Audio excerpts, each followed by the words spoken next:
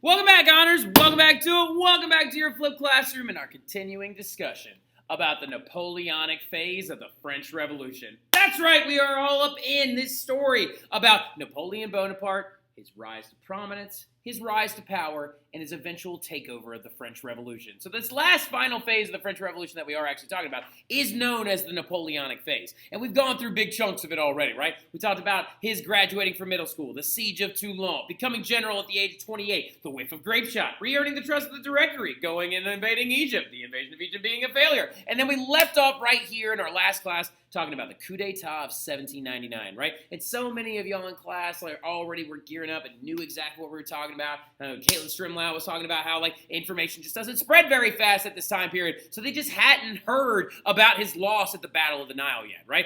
Were unaware. So when he returns back to Paris, he seizes on that popularity and he overthrows the government in 1799. That government being that of the Directory. The Directory he overthrows, and remember there's that 5-man executive branch that leads the Directory who is sitting up here in the higher benches and stuff like that, and below them are all these individuals known as the Council of 500, right? The legislative branch that rules along with the Directory, and you have Napoleon entering into the room, triumphantly taking over that government and overthrowing it with his military captains behind him. And as always, he's wearing his tricolor cockade on his hat right there. And you can tell that this is a coup d'etat and stuff like that, also due to the military symbolism with the guns in the background and things like that, taking over, overthrowing the government, and establishing a new government in its place. And that new government that he will establish in the ashes of the Directory, beginning the Napoleonic phase of the revolution, is known as the Consulate. Wait a minute! Warning! Warning! We have a jumping back all the way to the history of Rome, right? So it looks like Napoleon has read a few history books in his existence, and he calls himself in his government the Consulate, right? What does that sound exactly like if you ask me? The consuls of Rome. Remember that position that Napoleon, excuse me, not Napoleon, that Caesar wanted to be elected to and that he eventually got elected to in 59 BC was that of the consul of Rome, right? The consuls were the two elected officials at the very, very tip top of the Roman government that actually led over everything and stuff like that. Well, he establishes a new branch of the French government called the consulate. Instead of 2 guys, makes it 3, right? For the appearance of tie-breaking and veto power to make sure that there is an uneven number. But in reality, he established himself as the first consul because in reality, it's he who is in charge, right? So the big thing about it, though, is he also, in his early reign as consul, which is going to range from about 1799 to 1803, some big stuff is going to be going down, right? The economy of France is going to begin to stabilize. He's going to have massive victories in northern Italy, where he crosses over the Alps, right here, crossing over the Alps right here, to rid northern Italy of the Austrians and to rid them of anyone who might challenge France's new revolutionary power, again, while he's wearing that tricolor cockade on his cap, looking young, looking pristine, and jumping straight over the Alps. Now, in reality, he probably looked like this when he was actually going over the Alps and stuff like that, but we'll get to more of that here in a second. But a big thing about his entire rule as well is jumping headfirst into these ideas of what's going on during his rule and during his early reign in Italy. While his legend is continuing to grow, he starts doing a lot of really big important stuff and some very dicey things at the same time, right? He starts rigging elections so he makes himself consul for life, okay? That's a big one that went down. This is actually a thing called plebiscite, or a dictatorship by plebiscite. He actually allowed the French people to vote on if they wanted him to be consul for the rest of his life. And it came back in an overwhelming, over 90% approval rating of a yes vote, right? Turns out, though, that it was a rigged election, and literally his brother had organized a way to falsify a bunch of the votes and stuff like that. So he just tried to make it appear to all the French people that, actually, everyone loves me, right? Which in reality, as we know from this other painting right here, not everybody loves you, big guy. He also is going to write a new constitution, which is a huge thing as well, because he's going to come into power, and when he writes this new constitution, he will increase his term limit and make himself a lifelong dictator, okay? That's a very dicey move as well, kind of demonstrates the fact that a man is power hungry and is coming to power and probably will never actually let it go. He's going to sell the Louisiana Territory to the United States for a whopping $15 million, right? So he's going to actually sell it for about $15 million bucks, and then also he's going to try to bring back slavery in several of his colonies, which is really screwed up. So big thing that we need to understand is that Napoleon is not necessarily a nice guy, okay? Remember, when we look at people through a historical lens, we tend to try and say good and bad, or evil and positive, or whatever you want to call it, right? Now, in the grand scheme of things, he's very important to the progression of European history, but he's not personally a good dude, right? Like, if I saw Napoleon in real life, I'd punch him in the face, all right? So, because he's very, very sexist and rude to women, he's also extremely racist, and he also brought back slavery in one of his colonies so he could make more money off of them. The colony itself is the colony that you now know of is Haiti, and we'll actually talk about it a little bit later in this class as well, talk about the slave revolt that actually turned Haiti into an independent nation while Napoleon was ruling and during the French Revolution. But he actually tried to bring it back after it had already been abolished, right? Like an absolute jerk. The Concordat of 1801 is a big one as well, though. Remember the whole cult of the supreme being thing? Remember that whole thing that actually went down when they illegalized or made illegal the Catholic Church for a little while? Well, he actually brings it back. He actually brings like the Catholic Church back into France using this thing called the Concordat of 1801. It says that y'all can operate here, but you have to also understand that bishoprics and taxing and stuff like that, and you're under the French rule as well, okay? And he also brings in this thing known as the Napoleonic Code. And the Napoleonic Code is a massive document of laws, okay? It is a civil law code, which is going to be one of the earliest of its type that actually gets added to every time something happens. As you can see, it's a very large text. Now, the Napoleonic Code was meant to solidify certain things about the revolution itself. It gave men more rights. It gave men more voting rights. It gave men more rights to property. It gave men more rights to property and freedom from the estates. It also did a lot of other dicey things as well. It stripped the rights of women away that they had actually earned during the revolution, right? Big thing that's going to end up happening is, as we remember, is that the Women's March on Versailles demonstrated the active involvement of women during the revolution. But the thing about it, though, is the Napoleonic Code comes in and takes away a lot of the rights that they had already earned, right? So Napoleon, again, big in history, not a good dude, though, right? So, like, look, going forward, though, as well, when we talk about it, also, you have to understand that Europe is going to begin to see him as a threat because he's taken over an area in northern Italy. He's gobbling up some territory towards the Netherlands and stuff like that in the north of France. And so, basically, the entirety of Europe is going to get together and make a thing known as a coalition. And they're going to decide to attack him, right? So, the big thing about it, you need to know what a coalition is, okay? A coalition is a massive group of countries, okay? So, basically, what happened is Prussia, Austria, Russia, and a little bit of Great Britain as well, are going to start combining their armies together and combine coalition forces and start attacking France, right? Now, we've already talked about one of these wars before. We talked about the War of the First Coalition when they attacked France when it was still under the rule of the National Assembly and stuff like that, way long before Napoleon ever came into power.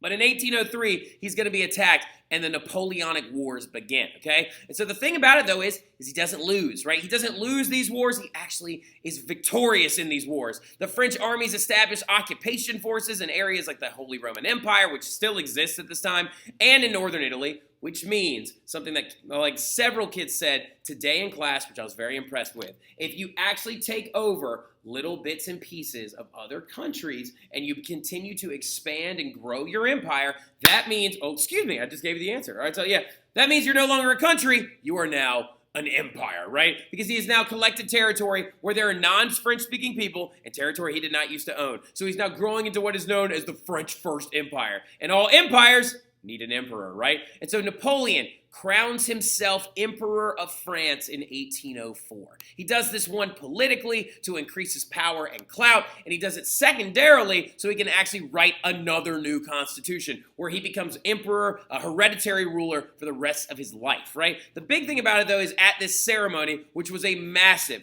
huge ceremony where so many people came to Notre Dame in Paris to watch him be crowned emperor, right? The thing was, he even invited the Pope. Right there is Pope Pius, right there, sitting down on the ground, blessing the entire thing with his hands right there. But there's a really big moment that happens during this ceremony when Napoleon walks in and he's dressed like this, right? He actually walks in dressed like an emperor already. He's wearing a laurel wreath on his head, going through the ideals of the Roman emperors that had come thousands of years before him, right? He walks up to the front. Pope Pius IX takes the crown and begins to actually descend it on top of his head, saying a prayer and blessing it and stuff like that, trying to actually show that God will be the one that gives you this power. Napoleon stands up in the middle of the ceremony and yanks the crown out of the Pope's hands and turns around and places it on his wife's head. Now, some of you are like, oh, does this mean his wife is now the emperor? No. Why would Napoleon do this? One, he's already wearing a hat, and like a hat, like a laurel wreath with another crown on top would just look kind of silly, right? But also due to the fact that he's trying to exert power and control over the Catholic Church that has now been welcomed back into France, right? He's saying that no one will place this crown on my head. I will decide where the power actually lies, and he placed it on his wife's head instead, and his wife's name was Josephine, right? So Josephine, a woman that he actually had married in 1796, several years before he even became emperor and stuff like that. His long beloved, he apparently loved her so much and was the woman that he loved for the rest of his life, even though they actually got divorced pretty soon after this entire event happened, right? They got divorced because she couldn't have kids, and she actually had children from another marriage before that. See, this is what I'm talking about his views of women. She actually had children from another marriage that had come before that. He actually forced one of his stepdaughters, who was like in her teens, to marry one of his brothers, who was 40-something, right? Joseph Bonaparte, which is disgusting because he basically viewed those stepdaughters as property, right? But he divorced Josephine and then ended up marrying a woman from Austria named Marie, and then what ends up happening is they have a child, and he's known as Napoleon II. But interesting little fact, as you can tell with these very detailed paintings and stuff like that, the same guy who painted this famous picture of the death of Marat, which of course is right here behind me in my classroom as well, is the same imperial court painter that would paint all of his paintings, making him look grandiose as the Napoleonic Wars continue to escalate, right? So as the Napoleonic Wars continue to escalate and Jean-Paul Marat is like, or not Jean-Paul Marat, excuse me, that guy's dead, as in Jacques-Louis David continues to paint these amazing portraits of this new emperor of France, everything starts going down, and Napoleon continually wins battle after battle after battle that he faces against different coalition forces, right? Now, he loses a handful, but it's a very small handful, right? He ends up losing, I think, 4 in the early coalition wars, and he ends up losing 4 towards the end of his reign, right? So the thing about it, though, in general, is Napoleon just keeps winning and occupying more and more territory. A good example of this is actually the Battle of Austerlitz, right? The Battle of Austerlitz, he actually shows up with his French Revolutionary Army and defeats a combined force of Austrians, Prussians, and Russians as well, using different tactics and flanking movements of artillery and gaining the high ground on a ridge in the middle of the battlefield, and uses lightning quick strikes and overwhelming force to take over this entire group and brings Prussia and Austria under the rule of the Napoleonic forces as well, right? Which is a really, really big moment in his career. There's just a couple of battles that he did lose, like a big one was the Battle of Trafalgar, right? Now, the Battle of Trafalgar, as you can tell, though, is a naval battle, so of course he lost, right? So, like, the big one is he actually, in the Battle of Trafalgar, tried to actually directly invade Great Britain, which was a terrible idea. Like, Napoleon, read a history book, my guy. Don't do that. The last time that happened was the Spanish Armada with Philip II, right? Don't do that. The last time the Spanish Armada tried to roll up on them, the British used fire ships, then there were storms off the backside of Ireland, and everything just went sideways. Don't try to directly invade England. No one ever does it. It never works out. The only one that's ever pulled it off is William Prince of Orange, because he was invited to show up, right? So the thing that ends up happening, though, is like Napoleon's naval fleet is all but destroyed at the Battle of Trafalgar by what guy? Yet again. Yes, Admiral Horatio Nelson defeats him in battle yet again. But at this time, Admiral Horatio Nelson would actually get the worst injury of his career. We actually know that Admiral Horatio is the man lying on the ground right here dying, as we can see the the armless sleeve that is pinned to his jacket right here that signifies that it is him. And what had actually happened at the Battle of Trafalgar, a French sharpshooter actually shot him, and it went through his shoulder blade and actually through his back and severed his spine, paralyzing him immediately. But they dragged him to his captain quarters, and he continued to give orders and lead the battle for several hours while he laid on the bed dying, right? Man, Admiral Horatio Nelson is just like a military prowess and a half. Now, but the big thing about it, though, is as we can tell, he can't win naval battles, so he takes over everything he can on land. Everything outlined right here in red is the extent of the Napoleonic Empire, right? So the French First Empire took over this entire area right here, known as the Holy Roman Empire, and completely destroys it, right? Jot that down real quick. The Holy Roman Empire would cease to exist, okay? So the Holy Roman Empire, the HRE, which is this big middle area right here, which is now modern-day Germany, would cease to exist after Napoleon destroyed it in 1806, right? So basically what happened is he invaded, and Francis VI of the Holy Roman Empire, who would then actually be Francis I of Austria, ran away and stuff like that, and then literally when he ran away and abdicated the throne, he gets taken over, and Napoleon turns it into the Confederation of the Rhine, right? He brings Austria underneath his rule, he brings Prussia underneath his rule as a puppet state as well, and he just continues to grow his influence, and the man's just not losing. And this right here is actually like an image of Napoleon done again by Jacques-Louis David of him standing in front of one of his Napoleonic code drafts, in front of his swords, with his hand on the hilt right here of an object in his, or excuse me, there's like a mystery object in his hand. I can never remember what it is. I think it's like a looking glass or something like that. But the big thing about it is, look at him right there. Calm, cool, collected, with his hand in his shirt, and the twilight hours of him signing and drafting up many documents, looking like the hard-working general that he always would be. But he goes from this in about 1810 to looking like this by about 1814, right? What has happened to this guy? What is leading to his downfall? Where his downfall is pretty dramatic and pretty intense. Napoleon's downfall begins with 3 huge mistakes that he made, okay? 1 is known as the Continental System. 2 is known as the Peninsular Campaign, and the 3rd big mistake is the invasion of Russia. Big fella, don't invade Russia. Just don't. Like everybody in history that tries to do this, never really works out for him, right? Hitler tried to do it in World War II during the Operation Barbarossa. Didn't work for him either, right? Also, other people have done it in the past. The Poles did it actually during the falling of the Rurik dynasty. Don't do it, all right? Like, it's just not a good idea. But the big thing about it is, let's start off with that first one, right? The Continental System, okay? So the number 1 big mistake that Napoleon made when he went from having all that land to starting slowly to lose it is when he enforced a trade embargo, right? So what the Continental System was is when Napoleon attempted to set up a naval blockade of the entirety of Europe, right? He attempted to set up a blockade that would actually go all the way around Europe, as exemplified by this red dotted line right here, to actually prevent Great Britain from trading with anyone on the continent, right? So there was something going on in Great Britain at the time known as the Industrial Revolution by the time that this was happening. It was reaching its peak by that time, and there was a stream of products coming out of Great Britain, including cheap cotton textiles and other things that people on the continent wanted as well, like iron that is actually being created in their smelting factories in Great Britain as well. And all these different goods and ideas that are coming out of that country. Napoleon wants to stop that flow, and he wants to try and choke out like Great Britain through their wallet. So the thing about it, though, is it doesn't really work because he doesn't have much of a navy left. After the Battle of Trafalgar, Admiral Horatio Nelson, in his dying breath, destroyed Napoleon's navy, and so he doesn't really have enough boats to even set the blockade up. So there's holes all over the place. And also, Britain doesn't really care about your blockade, right? So they're going to trade with whoever's going to actually buy products from them at this point. And secondly, they have colonies everywhere, so they can just sell to them if they need to, right? So the thing about it is that 2 countries in particular are going to stab is the word I'm looking for there, stab Napoleon in the back and trade with Great Britain anyway. And this includes Spain/Portugal, because technically Portugal was allowed to actually take over them anyway. You know what I mean? They were allowed to, but like Napoleon said, Portugal, if you trade with them, I'm going to come and invade you and bring you into my empire as well. Well, Spain also did this as well and aided Portugal in the usage of actually trading along with Britain as well. But the biggest offender out of all of them was the country of Russia. The kingdom of Russia at the time actually traded with Britain as well. And this is going to make Napoleon furious because he's like, why are you doing this? I told you not to do this.